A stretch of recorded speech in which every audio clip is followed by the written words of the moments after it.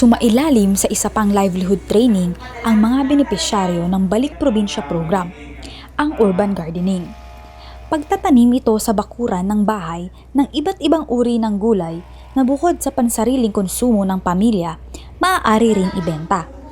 Tig-initiate mo ining pa-training para maaraman nila kung paano itong tamang giya sa pagtatanom ng gulay. Isa sa mga benepisyaryo si Nanay Vilma. Kwento niya, nagsara ang pinagtatrabahuhan niya sa Maynila nitong lockdown. Ang kalagayan ko sa Manila na hirap talaga. Walang-wala na talaga ako dito dahil pinapalis na kami sa bahay. Ang training na ito ay dagdag kaalaman upang masiguro ang pagkakaroon ng magandang ani at kung paano ito maibebenta sa lokal na pamilihan.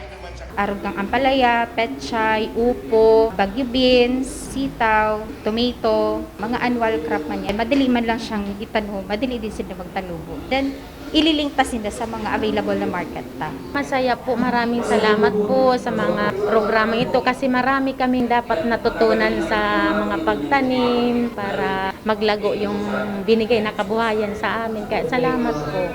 Sa iba pang impormasyon tungkol sa urban gardening, sumangguni lamang sa opisina ng Agricultural Training Institute sa Pili, Camarines Sur.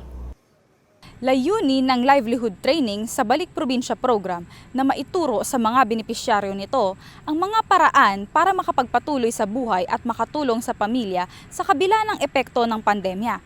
Sa urban gardening, sabi nga nila, kapag may itinanim, may aanihin. Sing Nantes, Kamsur News.